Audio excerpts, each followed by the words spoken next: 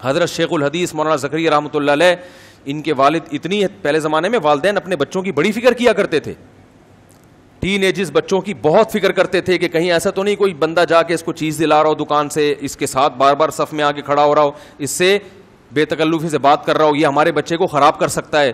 تو بچوں کی نگرانی ہوتی تھی. اب تو بچوں کی نگرانی نہیں ہو رہی، وہ لڑکیوں کے ساتھ گھوم رہے ہیں، لڑکوں کے ساتھ کہاں جا رہا ہے، بند کمرے میں ٹائم گزار رہا ہے، کوئی پوچھنے والا نہیں ہے. تو خراب ہو جاتے ہیں بچے اس طرح سے.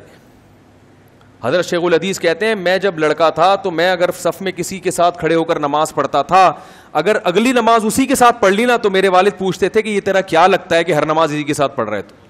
حالانکہ کتنے پرہیزگار تھے، کتنے پرہیزگار. فرماتے ہیں میرے والد پوچھتے تھے کہ دوبارہ اسی کے ساتھ کیوں کھڑا ہوا ہے بھائی، شبہ ہو گیا کہ دوستی تو نہیں ہو رہی.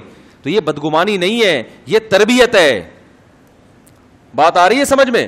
پھر نکاح کے قابل ہو جاؤ تو اس کا نکاح کراؤ. بھائی تمہاری بیوی ہے. حضرت عبداللہ بن عباس رضی اللہ تعالیٰ عنہ کے بیٹے جب جوان ہوئے نا تو انہوں نے بلایا، بیٹا وہ آؤ بتاؤ شادی کرنی ہے، صحیح ہے نا، نکاح کرنا ہے.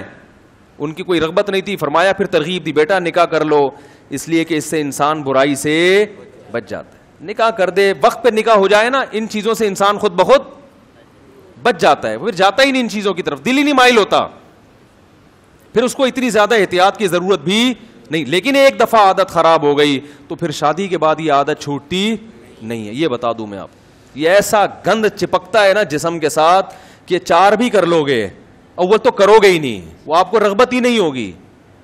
اور اگر بالفرض کر بھی لی نا تو یہ برائی نہیں چھوٹے گی، پھر یہ نہیں چھوٹے گی. دیکھ لو لوگوں کے حالات جا کے، شادی شدہ ہیں، خوبصورت عورت ہے ان کے نکاح میں، مگر جاتے اسی گند کی طرف ہیں.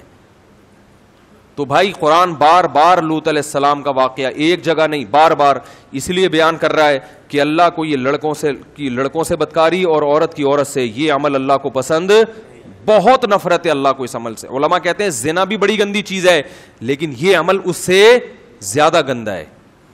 اس لیے کہ زنا اس لیے بری چیز ہے کہ ایک عورت اللہ نے آپ کے لیے بنائی تو آپ بغیر عقد کے، بغیر معاہدے کے، نکاح میں لیے بغیر اس کی طرف جا رہے ہیں. لیکن لڑکا تو اللہ نے آپ کے لیے بنایا ہی نہیں ہے، وہ تو ہے ہی نہیں اس کے لیے.